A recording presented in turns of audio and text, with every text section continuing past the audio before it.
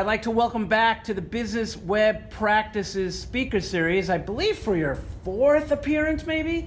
Third or fourth appearance? Yeah, Vancouver's own Dale Chumbley. Thank you. Happy Thanksgiving. Have a great day. You guys are like, yes, let's get out of here. Shortest write-up ever. So thank you, Bruce, and thanks to you guys. So I'm going to be sharing with you sort of my journey. So I've been a realtor for 24 years here in Vancouver, and I'm going to share my experiences and tell some stories around social media and how social media affected my business and my world as it affected the bigger picture world around us. I want this to be casual. I want this to be like interactive. So if you guys if I say something that you're like, I'm curious about that, or you want to dig into it deeper, just shout out, let me know, and I'm happy to talk about whatever you guys want to talk about as I'm going through this. So this is all real life for me. This is stuff that over the last now 11 years I've been living day to day. So anyway, hopefully you find it informational, take away things that are relevant to you. It sounds like one of you might be looking at going into real estate, so you don't have to use this to say, hey, I don't want to go into real estate, but how can you use some of the principles and some of the things that I've learned and done over the years to put into your own worlds, whatever your world might be. So this is just an example. So I, about 6 years ago, started CrossFit. When I started CrossFit, I couldn't even like air squat. And over the years, I've been able to progress to do more and more. And it's just a reminder, and anytime I speak on this topic, what I'm talking about, like I said, is things I've been doing for 11 years. So if there's something that you're like, hey, I want to do that, and you want to start doing it tomorrow, know that there's time and time that it takes to get to build up the strengths and the skills to be able to do the different things.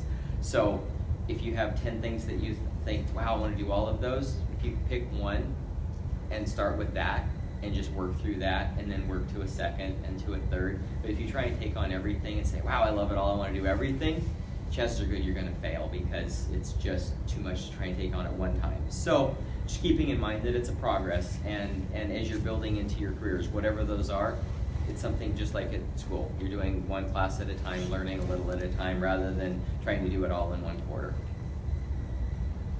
So for me in real estate, a lot of what you'll hear about is hyperlocal, and hyperlocal is the online news or content services pertaining to a town, village, single postcode, or other small geographically defined community. So hyperlocal would be Vancouver, hyperlocal would be Cascade Park, hyperlocal would be Salmon Creek, like different areas in town. Clark College, this region, could be hyperlocal. So for myself, again, I've been selling real estate for 24 years. And for those of you guys may be younger to remember this, but in about 2007 and 8, our real estate market completely crashed.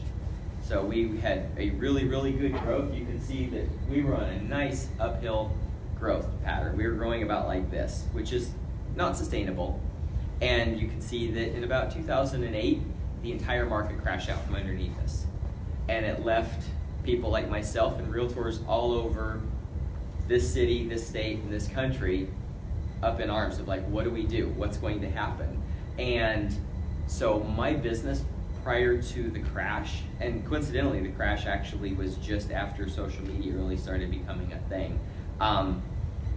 And all my business prior to the market crash had been just simply referrals. People in my world, past clients, past classmates, past co-workers, people that I had grown up with. That was my main source of business. All of a sudden, all of those people that were buying and selling real estate stopped buying and selling real estate because the market crashed. People that were thinking they would downsize said, whoa, I'm not going to sell my house now. People that were going to upsize, whoa, I'm not going to sell my house now. People were just trying to hold on to their house. They were just trying to keep maintaining through that downturn in the marketplace. And so all of a sudden, I found myself in a place where it's like, I don't have a source of business coming in because the people that would normally be my source of business suddenly stopped. So I had to figure out, what is it that I do? So I found myself kind of in this vast wasteland of, I need to find a new source of business. Now, being from, and I've lived in Vancouver my entire life, creates a bit of a problem, because when I say to people online, I'm from Vancouver, where do they put me? Canada. I say, no, I'm not from Vancouver, Canada. I'm from Clark County. Well, where's Clark County? Vegas. Las Vegas is also Clark County. So Vancouver, not Washington, people think BC. I say, no, Clark County, they think Las Vegas, not Washington. I say, no, I'm from Washington. And where do I end up? East Coast, DC. So all of a sudden I have this weird predicament online that every time I'm trying to meet people and explain where I'm from, and I still do this every single day, when I'm out and talking to people that aren't local, hi, I'm from Vancouver, I have to go through the same routine over and over again. So how can I take this routine and create something for myself that actually can become memorable? And what can I do to help generate this? So I started focusing all of my energy into Vancouver, Washington, and telling the story of Vancouver, Washington. So hyperlocal realtor, I wanted to be that one person that anybody I met or got to know in an online space, they would think of me with Vancouver, Washington, and real estate. Who is my local Vancouver realtor? And what I'm going to do today is I'm going to share some of the stories of how I built kind of that online presence and what I did over the years and have continued to do to help create that known capacity. So originally, for those of you that remember MySpace, this is my first foray into the online social community. MySpace was actually, really, it was a good place for me to start out. And I actually generated, I got to meet new people, and I got to reconnect with old people in my world.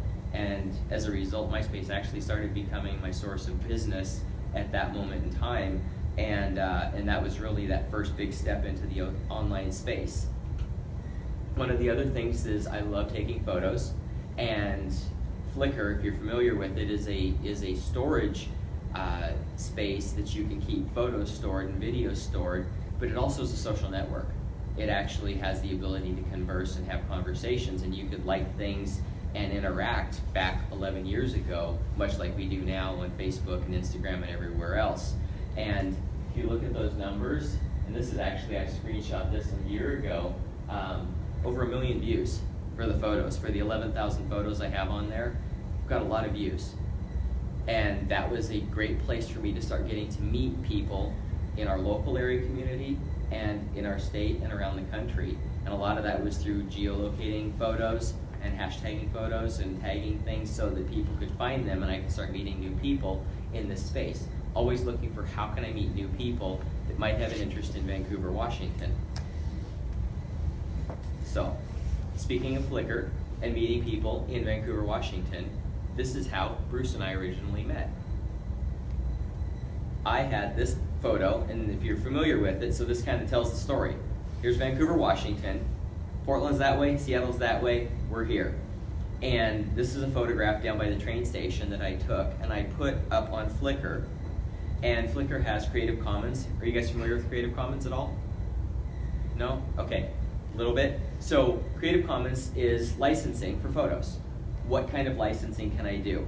And here's some of the different categories. Basically, I could take these photos, and this photo, I put it up on Flickr, and I said, anybody is welcome to use this photo. You can't edit it, you can't tweak it, you can't distort it, and if you use it in something, you need to link back to give credit to myself as the photographer. Plain and simple. I don't want any money for it, I just want you to give credit where the photo came from. Don't tweak it, don't modify it, and don't use it commercially.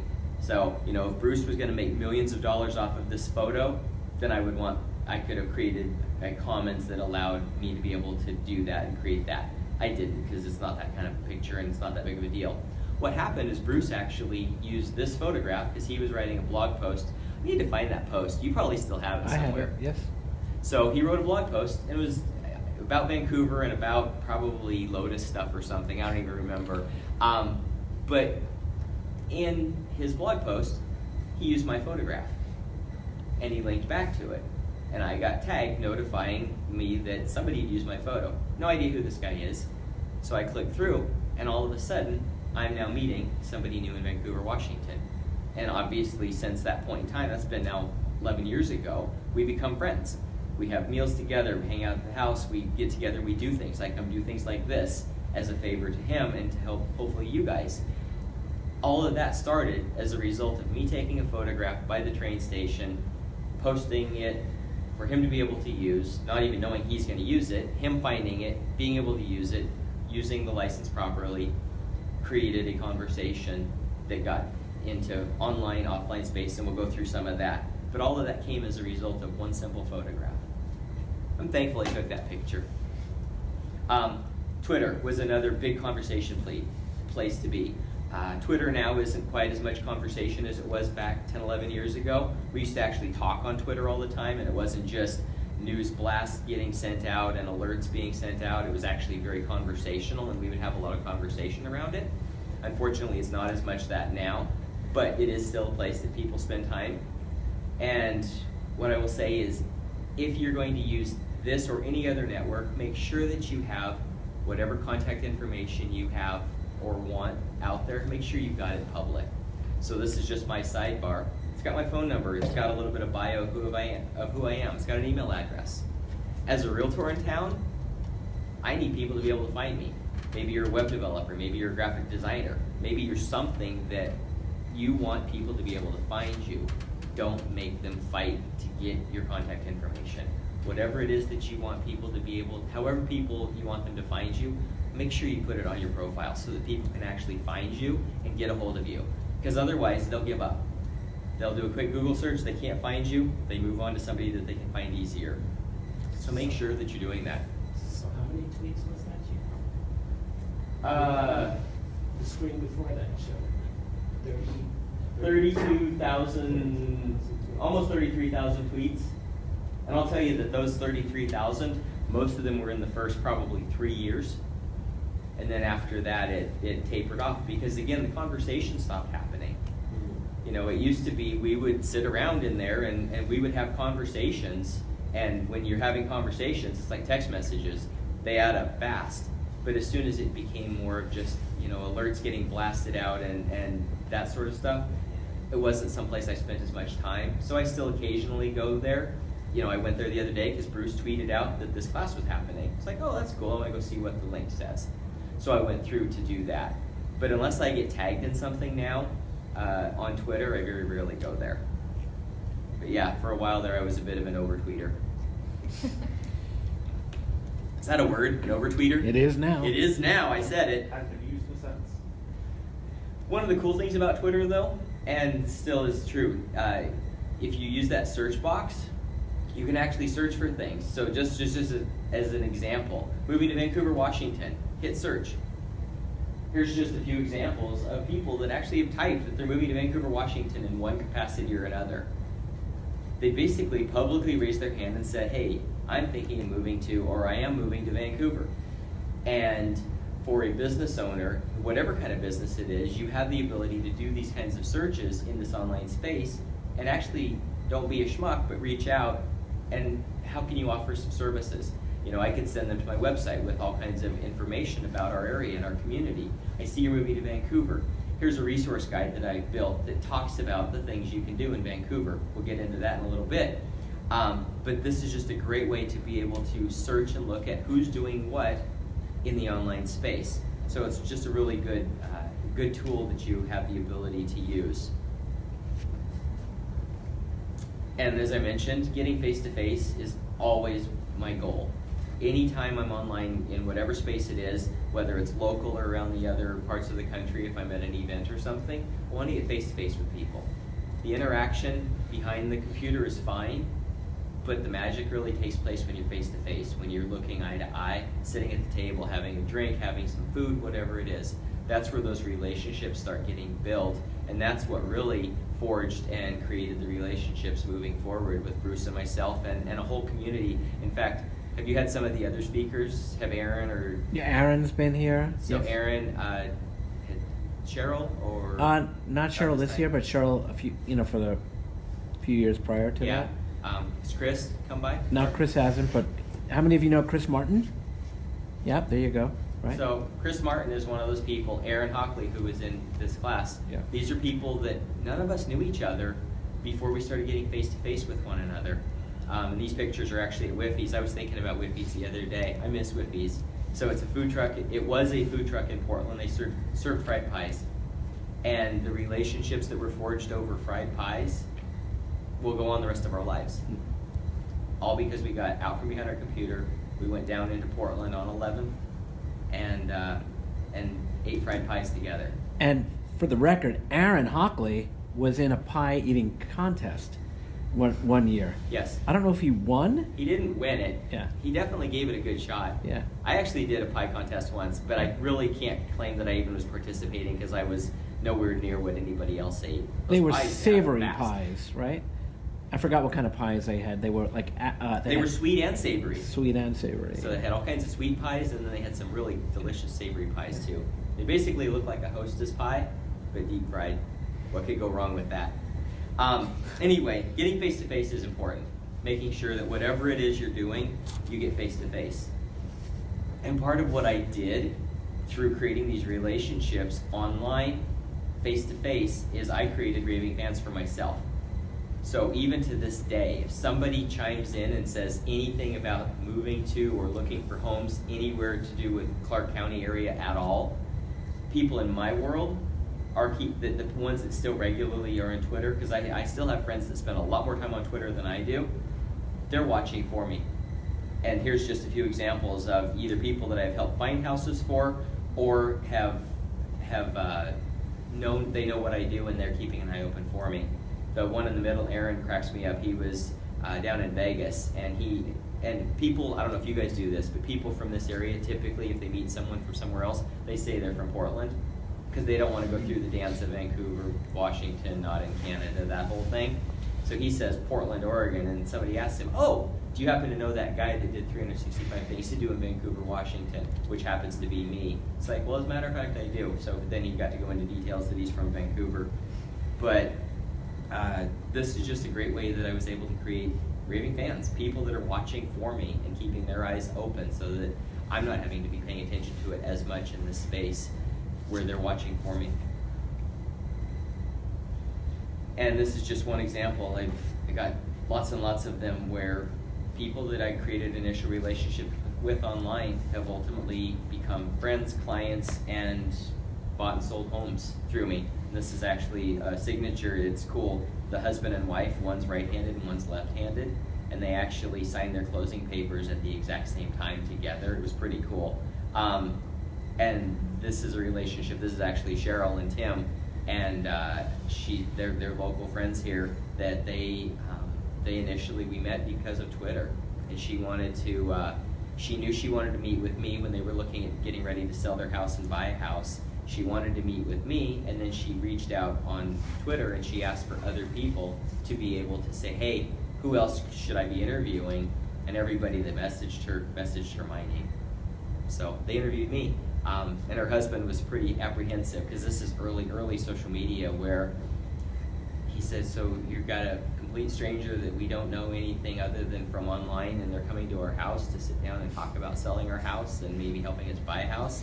And it's like, yeah, it's a social experiment, and they're like family.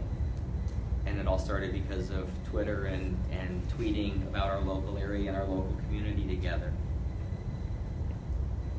So, depending upon what you guys do or what you're looking to do, find events, whatever those are. I mean, even watching Eventbrite and coming to a class like this, like, that's a cool thing to be able to say, hey, here is a get-together opportunity where you all can meet somebody new, you can meet new people, and bar camps, word camps, these are events that I don't know if they still do any of those in the local area or not, but for a long time, every single year we would have bar camps and we would have word camps that were get-togethers for people in the tech space. And these were things that had nothing to do with real estate, but it had to do with techie people, geek people, people that I was going to resonate with, that I could learn from and hopefully provide service to them as well and be helpful to them.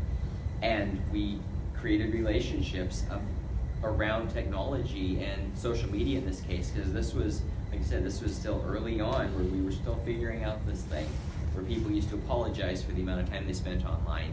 You know, back in 10 years ago, somebody'd say, how much time do you spend on Facebook? people, well, and you could see them start kind of giving excuses like, well, I spent an hour, and now it's just the way we live our lives, and we don't think about it, and it's not such a big deal. But at this time, it was huge. So you have to find your tribe, find your group of people that you can resonate with and learn from, and help each other grow. So WordCamp talks about WordPress. So everything that I did and have done, so the social media space is great for the very disposable content. Anything that I'm going to create that's longer term than that I want to have the longevity of and have ownership of, put it on WordPress. And that's just the blogging platform that I've used to be able to create that. So here you can start for your home searching, but you can also find the real estate content about things I've written about in our community. And that way, if Facebook, Instagram, or any of them pulled the plug and said, we're done, I still have the ownership of the content that I've written. It doesn't go away. Like if the only place you're putting things is Instagram, and Instagram shuts down tomorrow, poof, it's gone. And there's nothing you can do other than trying to retrieve it back out of a phone or whatever technology you might have captured it in. So make sure that whatever you're doing, if you're creating content, create it in a place that you have ownership of. Own your domain, have a host. It's easy to do. I'm sure you guys talk about that in this, right? Mm-hmm. That's what this is all about? Yep. Good. And Aaron spoke about this the first week of... Perfect. Yeah. Perfect. So just another sample of keeping all my content in a place where I have it. Doesn't mean I can't share it, and we'll talk through a little bit of that, but I keep the ownership of it in my space. Not my space anymore, my space. So this is just a sample of the content. So I did do the 365 things to do in Vancouver, Washington, and basically what I did is 7 days a week for an entire year I wrote content about things to do in this community. All over Clark County, every day I wrote a blog post that was written word, photos, and video. 7 days a week for an entire year. I don't recommend that you try doing that. It's a massive project to take on. I'm glad that I did it, but again, it's a massive project to take on. But it did put myself, Vancouver, Washington, and our community on the map to people, especially in the real estate space, all over the country, because people are like, wow, what's this guy doing? And I did it faithfully. Didn't miss a day for an entire year. Wasn't paid to do it. It was basically, I created a relocation guide for why you would move to this area. I love this area. I've grown up here my entire life, and if you've grown up here in your life, you've heard that the only thing to do in Vancouver is drive to Portland. And it's like, that's not true. There's a lot of cool things to do in our community, and so I wrote about them and shared places to eat, places to go, places to walk your dog, theater, activities, anything you could imagine. I wrote about it, and I shared that. Yeah? What year did you do that? I started in February of 2010, and I ended in February of 2011. And I still get traffic to those blog posts to this day, because what I wrote is evergreen content that, you know, as long as the restaurant hasn't gone out of business, people are still looking for those restaurants. People are still looking for things to do in our community.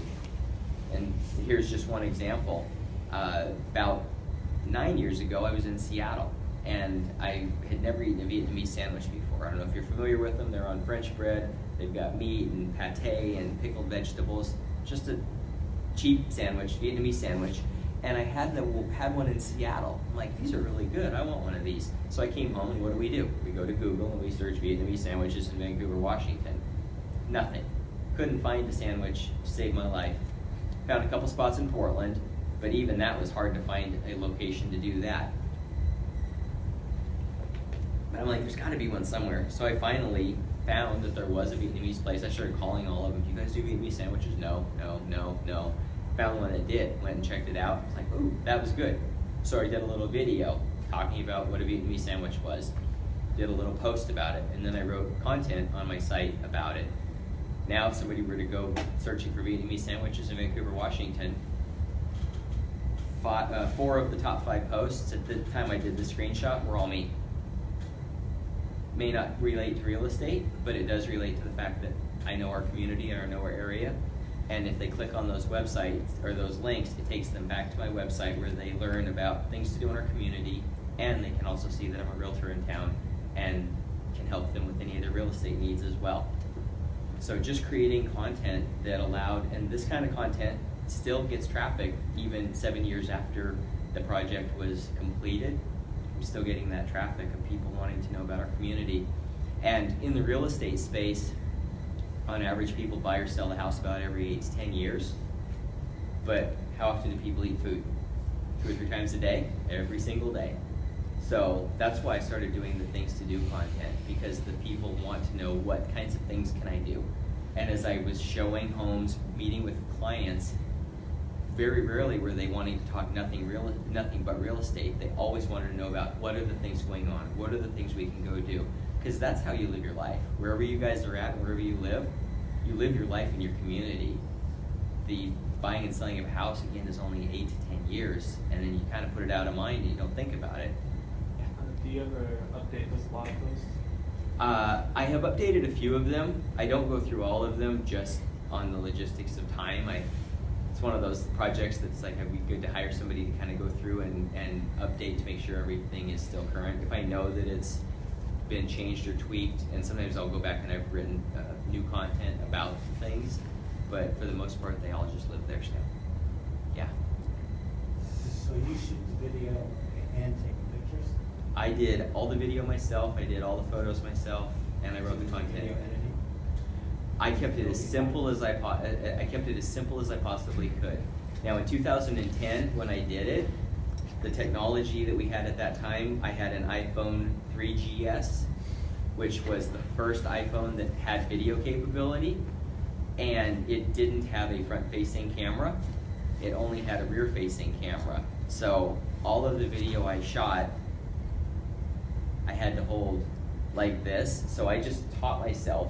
I learned where to hold it and how I could tap the on and off, or the record, not stop recording button, and I did it all blind because I wanted to keep it as simple as I possibly could. Because if I made it a big project where I was taking video camera and footage and having to splice and build it all together offline, I wouldn't have done it. And so I used an app. I didn't use iMovie because iMovie it was more difficult than I wanted it to be. But I did splice videos together, so I used an app. I think it was RealDirector, R-E-E-L. I don't even know if RealDirector still exists, but basically I could shoot multiple segments and I could stitch them together, put titles on them. I would upload it to YouTube, I would upload it to Flickr. I always kept my videos under 90 seconds. And Flickr was nice because it forced you to have to stay under 90 seconds, and nobody wants to watch anything more than 90 seconds, especially not, back then the content, the content wasn't always the best content that you would want to watch a long time, but it would be me talking about whatever the thing was that I was doing. And really that was for facial recognition, for people to, see me talking about why I love this pizza. And I wasn't a reviewer in that I never talked about anything negative. I only talked about the things I supported.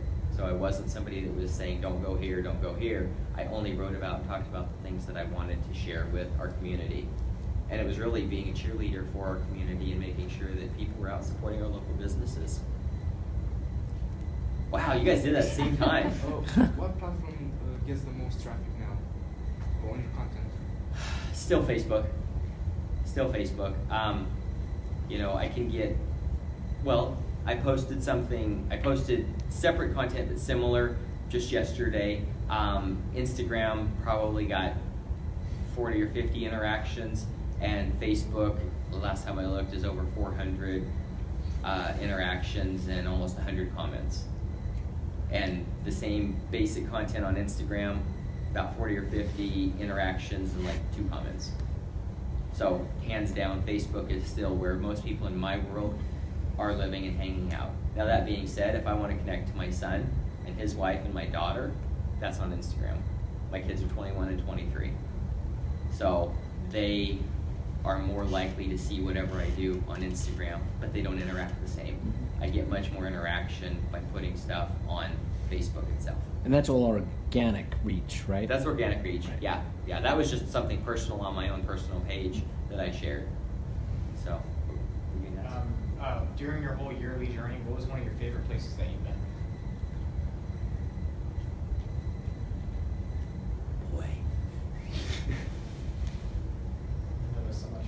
I did 365 posts.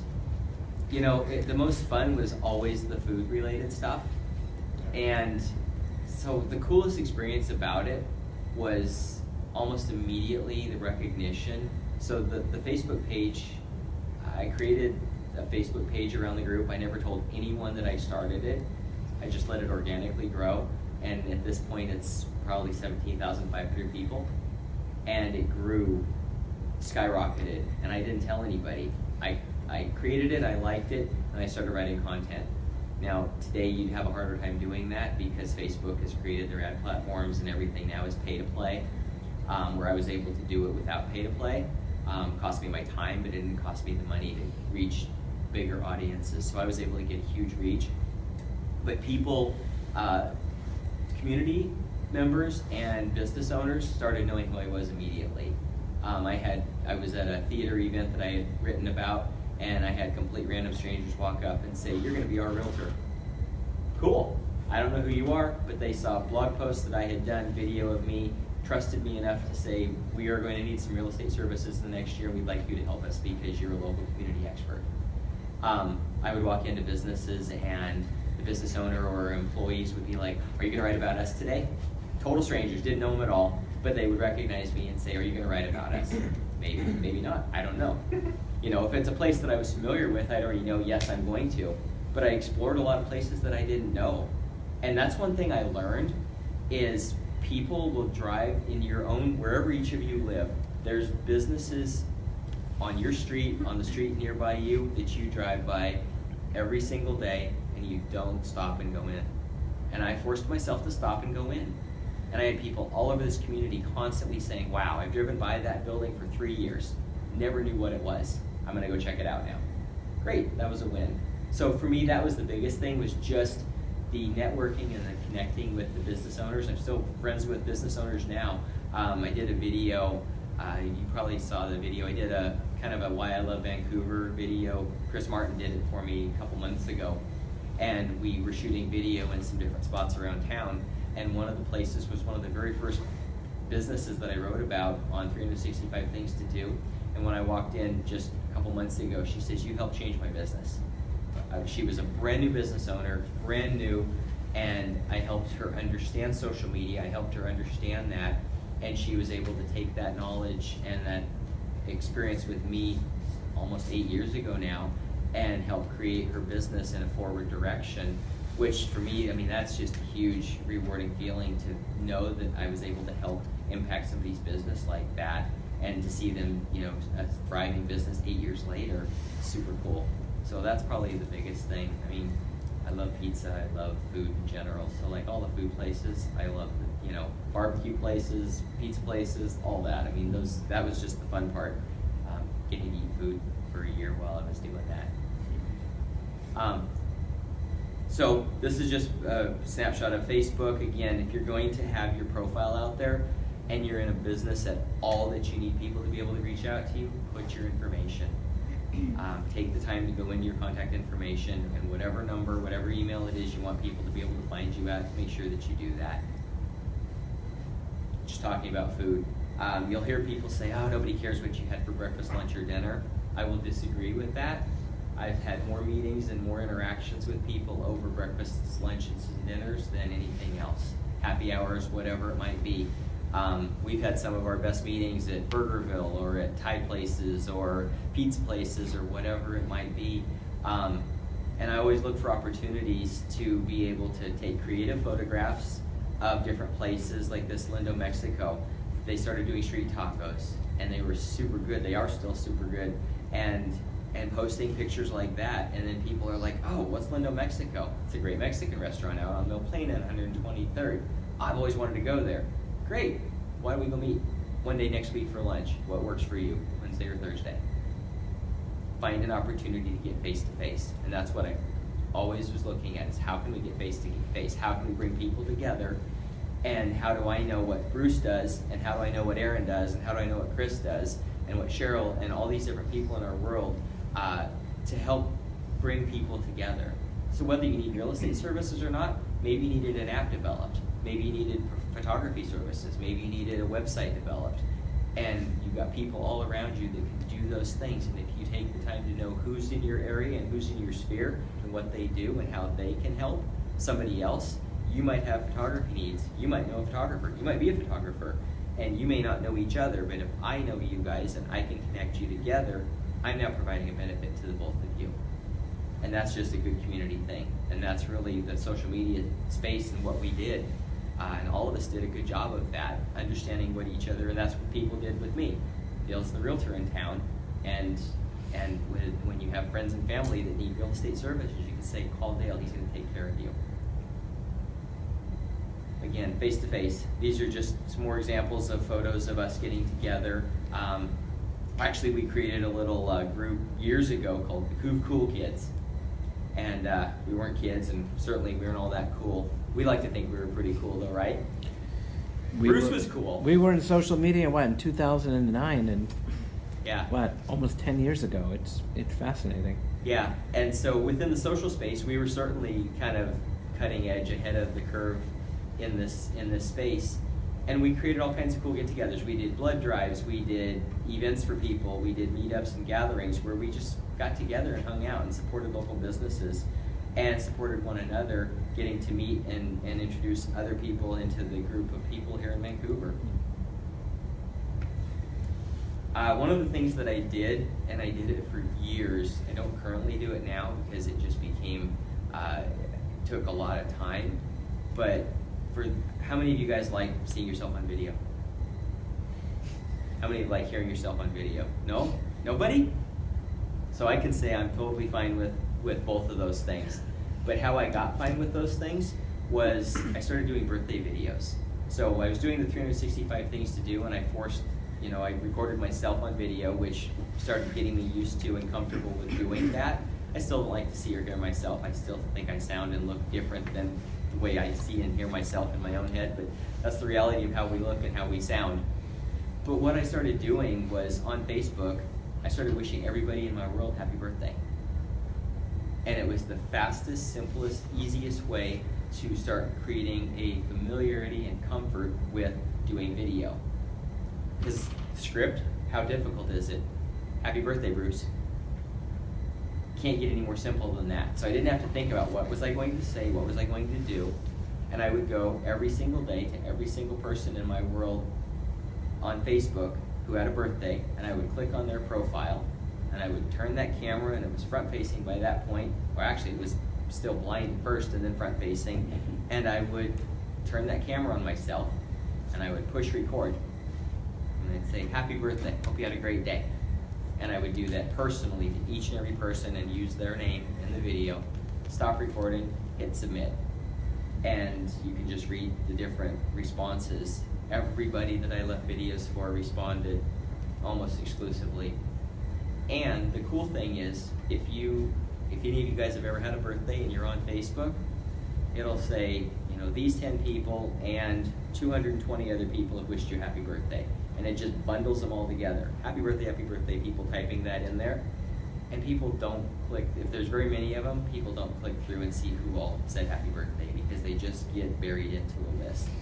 By doing something like a video, it doesn't get buried into the list, it separates it out separate. So it puts it all by itself. So you might see, these 300 people wish you a happy birthday. Oh, but look, here's a video from Dale that's not bundled into the 300 because he actually did a video where I just simply said, I want to wish you a happy birthday. So if you want to get comfortable and used to doing video in whatever world you're in, it's a quick, easy way to do it. You don't have to think about your scripting. You can just simply say it over and over. Happy birthday, make sure you use their name. Don't pre-record one and just post it on everybody's wall. I saw somebody that did that, and it just doesn't play off as real. If you could personalize it all. Bruce, wanted to wish you a happy birthday. It was great seeing you in your class the other day. Thanks for having me. Something that simple, less than 10 seconds per video. But I've got 5,000 friends on Facebook, and that adds up in terms of timing. So, but I did do it I probably did it for 7 years straight. So, I've recorded probably 50,000+ videos over the course of those years. You get comfortable with it, used to it. And again, this is the Facebook page for 365 Things to Do. So all of my content lived on that website, on my WordPress site, and then I would share the content out. So I would take the link for the actual post on my website and I would share that onto my Facebook page so that I could reach a separate extended audience. And it always drove them back to, they could read the basics on the actual site itself, and then I would push them back to my website to get all the details and learn more about me and whatever they might need to do. And if they wanted to watch the video, they were going to click through that. If they wanted to look at, they would see one photograph on the post on Facebook, but then they would be able to look at everything. And I would always say, hey, you know, go click through the link, check it out, and then I would encourage them to get up out from behind your computer and go do something in our community. Because if your favorite pizza place closes down, it's because people aren't going there, typically. Like if a business shuts down, it's because people aren't going. So I was always trying to get people to do it. And again, meeting the owners was huge. I got to meet so many great people all over this county. Lots of articles. I did a ton of interviews. Newspaper articles were written, online articles were written about what I did. Across the country, there were probably tens of thousands of realtors all over this country that were trying to do similar to what was being done, what I did here. One of my friends in Georgia, in Atlanta area, she actually did the same thing, and she did all 365 days, and one of my friends in Silicon Valley, down in Palo Alto area, she actually successfully did it as well. And to my knowledge, the three of us are the only three people that actually did 365 days. A lot of people started it. Some would get a weekend, some would get 2 weeks in, a couple would get like a month into it, and they're like, wow, that sucks. That's a lot of work to do. It's like, well, yeah, it is. And you've got to commit to it if you're going to do it. But it really was just a great way to get to know people. This was actually somebody that moved to this area. They moved in from Spokane area and they got themselves a great big huge wall map of Vancouver, and they got all these different colored pins, and they started putting pins on the map of the things they wanted to do, the things they had done that they liked, and the things that they had done that they didn't like, so they could remember to go back or not go back to whatever they were. And they had this hung up in their living room in their apartment down here, and when people ask, what is that? They're like, well, it's our realtor's project that he's doing, and I was known as their realtor. Never had bought a house from me, but I was the realtor who was providing this information that allowed them to just get familiar with our community. So rather than them trying to have to go figure it out, they were able to see the world through my eyes and what they could learn about our area and then go do it. Nowadays, it's all pay to play. But you still can reach out, and this is just one example. On the community event page, there was an event taking place at the comic store, fundraising. So it's like, okay, $20. Through that, I was able to reach over 2,000 people for that particular post, encouraging them to go to this comic store. And I'll tell you, I could reach a lot more than that back in 2010 and 11 without paying anything before they locked it down. But it's what we have to do now. But as far as real estate is concerned, one of the nice things is it now gives me the ability to be very focused. It's like this particular house is an example of house on a little bit of acreage out in Ridgefield area that is ideal for a car enthusiast or a gardener. Tons of garden space, tons of landscaping space, and some really cool shops for car people. Facebook now allows me, because of the details that they have, for me to be able to create very specific targeted advertising. So rather than me spending dollars to just reach out to everybody, I can be very specific and say, anybody that likes gardening, I want them to see this.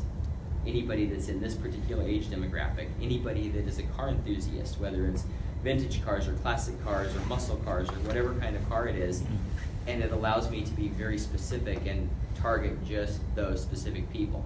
So that's the nice part about Facebook and what they've built in their advertising space, is the ability to really hone in and be very, very specific on any advertising that I'm doing. Swarm used to be called Foursquare. It's a check-in service. It's something else that I still, use on some occasion, not as much as I used to. And it used to be a great way to interact with people in the local area. Bruce might check in at McMenamins. Bruce has checked in at McMenamins. And who shows up? I happen to be driving by, and I see that he's checked in there. And it's like, oh, I have 5 minutes. I pull off the freeway, I jump in. Hey Bruce, I just wanted to say hi. And I literally, that's a true story, did that. And not gonna interrupt, also did it out at the our sub shop, Billy Bilmos. Yep. Stalker. You know, if he's gonna publicly check in, Yeah. and he allows me access to see that, it becomes, now if he and Gail are out on a private date, chances are good he's not checking in. And that's the thing with this. Maybe he is, who knows? Only with my girlfriend. Only with the girlfriend. The one from Canada? Yep. So anytime, if this is something that you like, great. If you are worried about your privacy, don't check in. Just like with anything in social media, there's nothing that says you have to do any of these things. I was talking to somebody about Instagram the other day, and they were like, well, I don't want people to see my kids, so don't post your kids. Like, it's really simple. If you don't want something to be seen, there's no rule that says you have to post and share these things. We live in a world now where we kind of want to overshare everything. We don't have to do that. So if there's anything that you just don't want out there, don't put it out there. But in the case where if somebody does publicly check in and you're connected to them, to me, it's every right to stop in and say hi if you happen to be in the area. And it's been a good tool for me to be able to do those face-to-face interactions. And I never interrupt, other than I just wanted to say hi. Hope you're doing well. Take care. See you later. Bye. So you don't have separate accounts like a personal or professional or stuff? I do. So he asked if I have personal and business accounts. So in Facebook, I do have a business account because I want to do advertising, and you can't advertise on your personal account. But most of the content I share, whether it's to do with real estate or not to do with real estate, all goes on my personal account. So I mix those two worlds together because I want people to realize and know and remember that I'm a real person with real activities and real interests, and I sell real estate. But I do maintain business accounts because I need to be able to do advertising and things like that. And I don't post my every listing on my personal page because that would just be obnoxious to people. It's like there's everything I do is all real estate. So the real estate page allows me to be able to put all of that content there. Because if somebody's following my real estate page, they know that's what it's for and that's the point of it. But I do intersperse it in my business, on my personal page. Great question. So Instagram, again, it's a fun place to interact with people. It's all quick, it's all fast, it's all photos, videos, and the same thing. It's interspersing food, music, concerts, theater, houses, photography, my community, travels, like all of those things all land together in this space. My bio, again, it's got how to get a hold of me, a little bit about myself, my wife, some just basics of who I am, and some of the details about me. So, it's quick and easy for people to be able to find. Make sure if you're going to use Instagram, make sure you're using hashtags. The nice part now is the hashtags, when you type that. What's that? I was just thinking that I forget hashtags all the time. Yeah, put the hashtags on because it'll help filter down the audience if there are people that are following those hashtags. And the nice thing now with Instagram is when you type in the pound sign and you start typing whatever word it is, it'll start autofilling for the hashtags that are most commonly used. And you can see how heavily used they are. Be careful to not, like if somebody's wanting to just do real estate, if you do hashtag real estate, it's like 20 million posts. So that's an overwhelming amount. So if anybody's trying to follow that hashtag, they're probably not going to do a very good job of following it. So really, sometimes being more specific is a better way to go. Like for me, I'll usually use Van Wa as a Vancouver one, just because it's quick and it's one that is used fairly regular in our area. If I'm talking about Camas, I'm talking about Battleground or Ridgefield or whatever, I'll use those hashtags in there. I don't do crazy, I don't do 30 hashtags per post or anything like that, but I'll put 3 or 4 different ones if they're relevant to make sure that it's potentially reaching more than just the people that I'm already connected with that are following it. YouTube's been another really great place.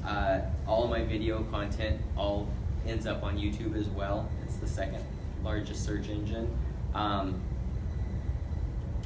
know, I'm pushing close to 1 million views on my YouTube channel from all the different videos that I've got on there.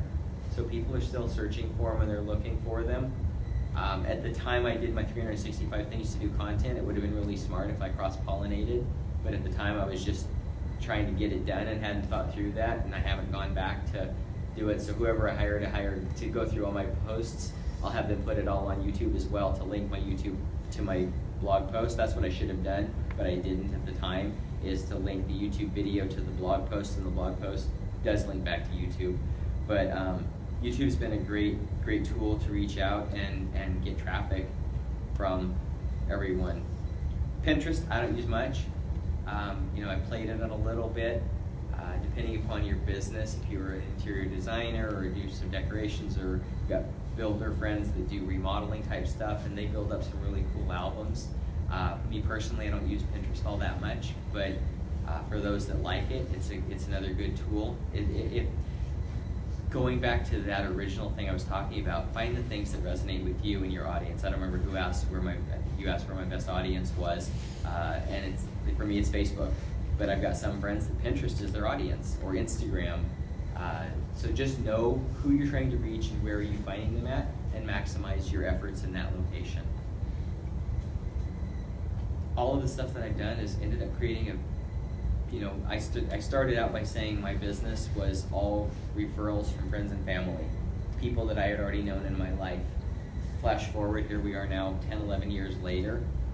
My business is almost exclusively friends and family, but it's friends and family through a new friends and family group that I didn't know 11 years ago. Most of the business I do annually now, if you looked at my life 11 years before, you know, before social media started, almost every single transaction, any sales that I do now is coming from the people that are the referrals and the connections in my world, and they're people that I didn't know 11 years ago. So it has taken what needed to happen, and that was finding a new source of people and business source, and it has done just that through all of the things that I've done online. I like to end with this. This was it's actually a business over in Portland. They build websites and business brands in the real estate space. Somebody had posted on Facebook, I don't remember the original post, but this is the owner of the company, and they were talking about business building strategies in the social media space, and in this case it was Facebook. I said, yes, Facebook can absolutely be a business building strategy. Dale freaking Chumbley, now my middle name is not actually freaking, but he went with Dale freaking Chumbley, did it several years ago, and very few agents actually followed that model. He built a page around his community and posted content daily about cool things to do where he lives, which was unreal because he lives 20 minutes from me, so I know the town, and I can't think of a single thing to do there, yet Dale unearthed 365 things to do, and that was genius. It was not about him, it was about where he lives. I think 12,000 people liked and followed. I have no idea how much business Dale did from that. It's not my place to ask, but as a marketer, I found that effort to be really creative. And that is just one effort, one idea. So they were talking about ideas of things that were successful. And it's been something that was very successful and really helped establish people. I love, now I've got friends around the country that they'll meet somebody from Vancouver, and the first thing they ask is, from Washington? I'm like, yes, this is a good thing. Knock that, because you know, we're the original Vancouver. Did you guys know that? We're the original Vancouver. Tell somebody from BC that, pisses them off. It's awesome. They say, oh, I'm from Vancouver, Canada. I go, oh, the second one. They're like, no, do your research. And they do their research, and they're like, oh, really? We were the original. Captain George started here, and then he worked his way up to Vancouver, BC. So I'm happy to answer any questions you have, because you got to write about this, apparently. Yeah. Try your 1 year adventure. What problems did you run into? What problems did I run into during the 1 year? Boy, the biggest one was time, because I was still selling. So I didn't get everything I did that year. I paid for myself. I had businesses want to offer me free this, free that, free food, free attendance, and I declined all of it because I wanted to keep the integrity of what I was doing, and the only way I could do that was to pay for it myself. So I was selling real estate. You know, my day-to-day livelihood is listing and selling real estate, and so I was out doing that, and then I had to find time every single day to go to a place, and I didn't just sit behind a computer and research it. That's why I did photos, video, on location for everything. So I physically went every place that I wrote about. I didn't just talk about it in a conceptual area. I went. So I had to find time every single day to do that. And that was probably my biggest struggle, was I was out selling houses. So I was working with buyers, working through inspections, working with sellers, and then I had to get home, I had to put the video together, upload the video to YouTube, upload the video to Flickr, put the photos on Flickr, write the content, bundle it together, post it, share it, get all of that happening while maintaining a life and selling real estate. So that was my biggest challenge, was just doing that. Yeah. Did you advertise any of your posts, or did you just use it as a way to get people to know about you? I did not advertise any of my posts. Actually, at that time, there wasn't Facebook advertising. This was pre-Facebook ads completely, so it was all organic. But I didn't advertise any of the stuff. As sort of a social experiment, I wanted to just see what the organic growth and reach would be without any paid dollars. So I paid for all my own stuff, but I didn't pay to advertise it at all. And most of the advertising that came from it was through other people talking about it, writing stories about it, doing videos about it, podcasts, video interviews, all that kind of stuff. So, yeah. How did you manage to find 365 things to do here in Vancouver? It was easy. I could have kept, I didn't keep going, but I could have kept going. There's a lot of things in our community. There's a lot of places, there's a lot of restaurants. I mean, just restaurants alone, you could fill up a year on just restaurants. It may not seem like it. If you go to my website, if you go to dalechumbley.com or clarkcountyrealestateguide.com or the Facebook page, just scroll through and look at the stuff. It wasn't that hard to come up with the stuff, but I didn't plan it in advance. I just, wherever my day was, is where I would talk about. So I would find myself at a home inspection out in Hazeldale, and it's like, okay, it's 2 o'clock, I haven't eaten lunch, I need some food. I'll go to Jazzy, barbecue and eat some food because I need to have lunch. I like it, take some pictures, do a video. Now I've got my content for the day. So I had to allow it to just incorporate, because I couldn't try and, now sometimes like Clark County Fair or specific activities that happen at certain days and times, then I would regulate around those. But beyond that, I really just allowed my days to take me wherever I was at. So did you have like a backlog or a buffer in case you missed a day, or? Nope. Okay. That would have been a really good thought. But so here's knowing yourself, or knowing, in this case, myself. And if you guys didn't hear, he asked if I had a backlog of posts that I could go to if I needed, if I missed a day. And I didn't do that. Most people are like, oh, I would do like bundle it up, spend a Saturday writing all your posts and then share them out one day at a time for the week. For me personally, if I didn't stay completely engaged every single day with what I was doing, I wouldn't have continued doing it through the whole time. Now, that year that I was doing this, I did write. I was on the road because I was speaking nationally about what I was doing here in Vancouver, and I was on the road almost 100 days that year. Now, being on the road means I can't physically go into each location every single day. So if I knew I was going to be gone for 4 days, before I would leave, I would grab 4 different shirts. My wife used to laugh at me. I would head out the door with 4 different shirts. She's like, oh, you got to write content. I'm like, I sure do. And I would have to go, or I wouldn't have to. I chose to go shoot 4 separate videos, 4 separate photo shoots. And then in those cases, yes, I would bundle it up, but I still wrote the content each specific day. So, there was times that I was in Vegas and friends were sitting in a piano bar with music playing, and I was sitting around the corner trying to find Wi-Fi, hammering out a blog post. It's like, oh, if I would have written it in advance, I could be over there just enjoying the evening, but nope, I'm writing a blog post. But it kept it fresh to me, and it kept it relevant for me to stay engaged with it like I needed to do for myself. Most people could just bundle it up and shoot them out. Now you could schedule it. Now you could write, a month at a time and just schedule it, what time of each day you wanted to post, and it'll automatically go out to every place. But at the time, that wasn't technology that was available to us yet. Out of all the social medias and I guess like ways of communication, where do you find the most, feedback or possible opportunities to jump on? For me, still Facebook. Facebook, yeah. Yeah. I think for most people, it's still Facebook. It's the largest demographic of people that are there of all different ages.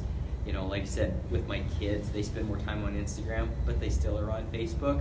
Yeah. And especially with engagement and conversation, by far Facebook is probably 10 to 1, if not higher, connection point than I get on anything on any of the other networks.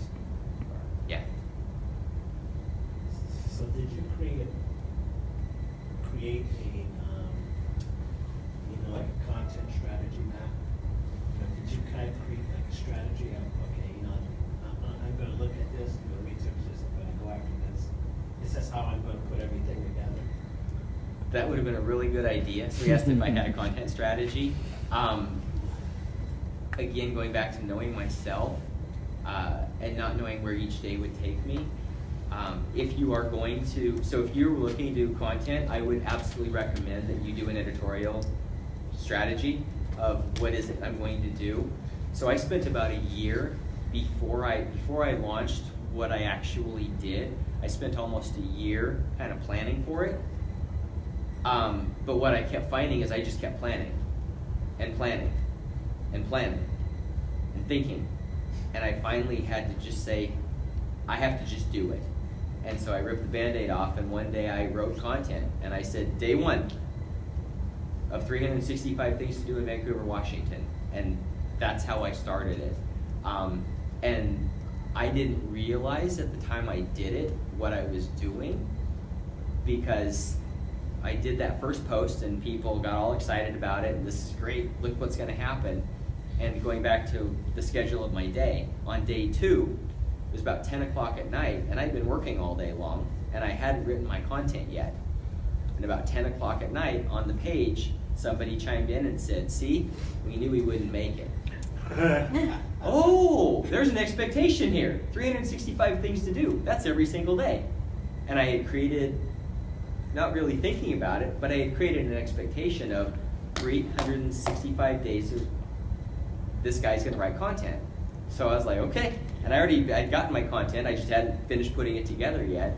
So I got to it, and I wrote the words, put the pictures up, got the video put together, bundled it all up, and sent it out there before midnight. I always did everything before midnight, but sometimes it was pretty close to midnight before we get published. And now we have fitness watches to shame us, right? I would have friends around the country. They'd get nervous. Yeah. They'd be like, Dale, do you realize what time it is? I go, yeah, I know what time it is, but you haven't posted yet. It's fine, but like they got really nervous about it. Like, it's good, I got this.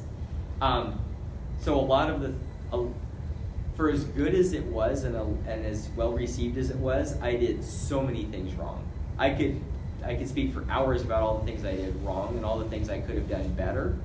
But I was in the middle of it, and I didn't realize or think about it, or technology and available today, even just the fact that I can see myself on video now, where I couldn't do that. So now I can frame exactly how I want to be, rather than blindly being like, I think I'm pretty close to where I want to be, because I didn't want to shoot it more than once. Like, I'd hit record, and I'd record. And it's like, yep, that's good, done, publish. Had to keep it simple. But yeah, an editorial schedule and planning out what are you going to write about, what's your strategy, where's it going to go, and here's a full hierarchy of it's going to go on my website, my WordPress website, or whatever kind you're using. I would recommend WordPress. It's going to go here, and then I'm going to share it to Facebook here. I'm going to put it on this page here. I'm going to send it to Instagram. I'm going to cross-link it to the video on YouTube and cross-link it to the video on Flickr. The Flickr video and the YouTube video are going to point back to the website. I'm going to make sure that all the tags are correct on every single thing. like all of that strategy, yeah, it would be really good to plan that all out. At the time, I wasn't thinking that far forward. I was just like, get it written, send it out. And it still went pretty well. And so what do you use as a WordPress? So my current WordPress theme is actually just, I had a friend in Vegas design one. Yeah, so if you go to dalechumbley.com or Clark County Real Estate Guide, they both go to the same place. That was a custom designed WordPress site that just got built out a couple of months ago. And it's designed specifically to be a real estate search site, plus all of my content living together in the same place. For years I used Thesis. A guy named Chris Pearson out of Texas designed it. And I used Thesis for years, if you're familiar with that one. And I've used different, you know, sometimes I use just the 2000 and whatever year it was, standard WordPress theme. So I've played with different themes over the years, but my current theme is actually built by CJ Hayes at Agent Reputation, and they did a great job for me. And like I said, it's specifically for real estate and all of my content living in the same place. You knew that you wanted certain things. And stuff. Yes. Yeah, so we worked through that. He built it out custom for me and for my lender. We share it. We partner together on it so that it's got finance information and real estate information. Yeah. Any other questions?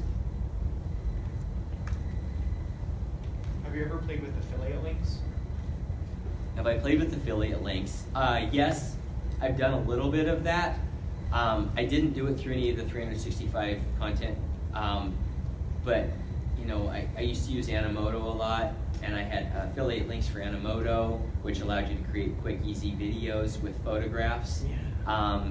And I've had some other different affiliate links. Not anything that really, you know, made more than a couple dollars here and there. A couple of my YouTube videos have gotten enough traction that they can put paid ads on those, and you know, every 2 years I get a check for $100 or something like that. So it's not anything that I'm writing home about. I'm certainly not getting, you know, massive traffic, but that's really the main things. It's just that. For me, my day-to-day is listing and selling real estate, and that's my livelihood. That's how I do that. Yeah. I should affiliate link for some stuff, because like I all day long sell things, but it's just products that I like and believe in, and I'm happy to just promote those and just turn people onto something that's a good tool. You said Animoto, and I had a flashback to that service. I remember that. Yeah. Yeah, Animoto was great. I think getanimoto.com was my website, and you could register for Animoto, and I think for every time somebody registered, I got like $3 or something. So, but again, that's not, it's a lot of work for, you know, if you have a lot of affiliate links and you really focus on that as a business, I think there's people that do really well with it, you know, people that are doing Amazon links and stuff like that.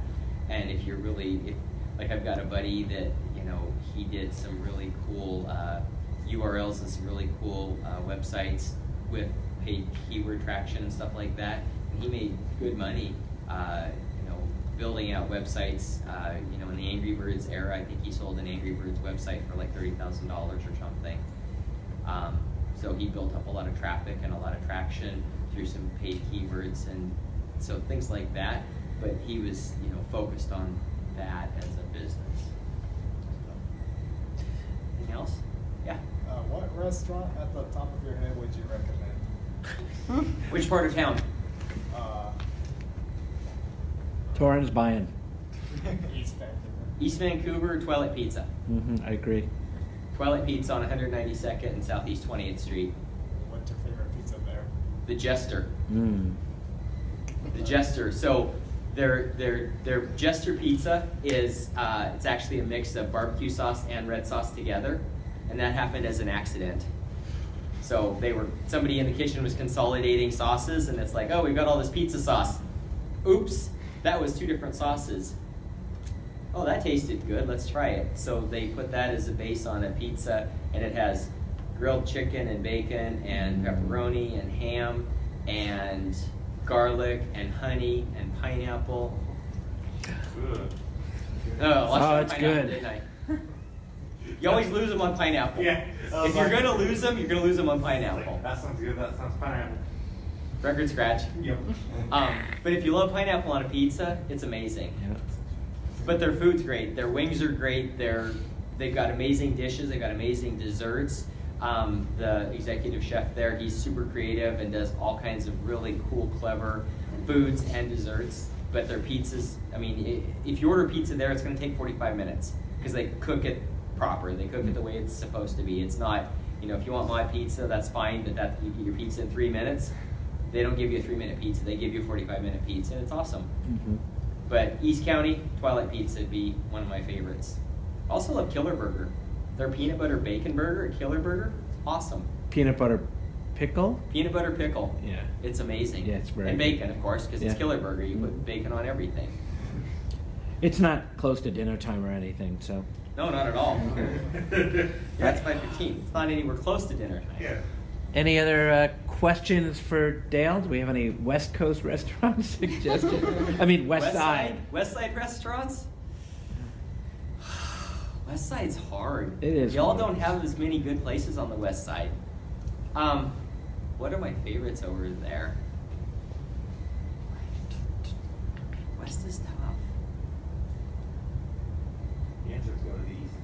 The answer is go to the East Side. Go to See, the I'm an East East Side, Side. but see, Bruce lives And West visit Side. Dale. He's on 192nd there, right? Yeah, my office is on 192nd, and I live in Cascade Park.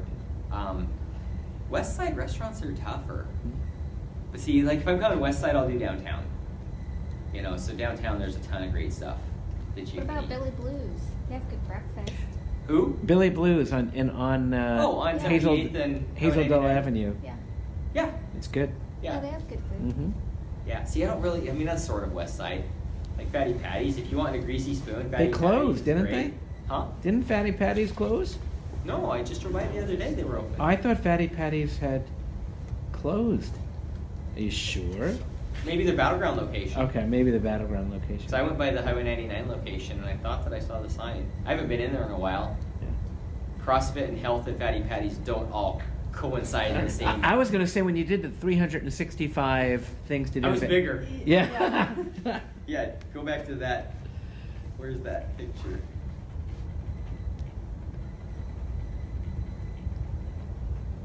Gail and I were with you when you did the Philly Bilmos one and the Kyotai one. Yeah, Yeah. that's right. Yeah. You just ripped out the camera and started recording yourself. It's like, what's he doing? Content. Where's that at? Almost there.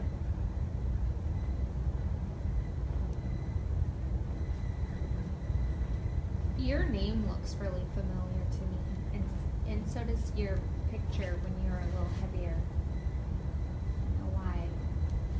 See, that's a good thing. That means that my marketing and exposure in the area has worked. Yeah.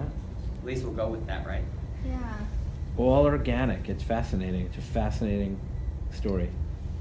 So that guy there, that was the left-hand side picture. That's more how I was. Well, actually, a little bit bigger when I was doing the 365 things to do. Any other questions for Dale now that we're all very hungry? Every Right. time I do this, we're always hungry at the end. Well, Because people always want to talk about food, which is great. We always talk about food. What's the best thing to do in Vancouver that isn't food? Oh boy. talk about food. The best thing to do in Vancouver that isn't food related. Good question, Kyle. Yeah. That's a great question. I mean, which category? You know, places to go, parks to be in. How about the new waterfront? The new waterfront is amazing. Yeah. That would see now that I'm actually so 365 things to do. Flash forward 2018-19. I've got a 360-degree camera, and I'm starting to capture content in 360 degrees and do live video. So I'm actually starting to do some of this kind of stuff again, but going live and actually creating live content right on Facebook. So that's actually kind of the modern day morph of what I did back then. But yeah, the new waterfront is amazing. Like anything on our waterfront would always be my favorite thing to do. So even the old waterfront, just down McMenamin's beaches to Joe's Crab Shack, like that segment and through. But Esther Short Park, and the waterfront, those are my favorite areas. And the fact that Esther Short Park is now connected to the waterfront again was huge. Did any of you guys go to the grand opening? You did? You did?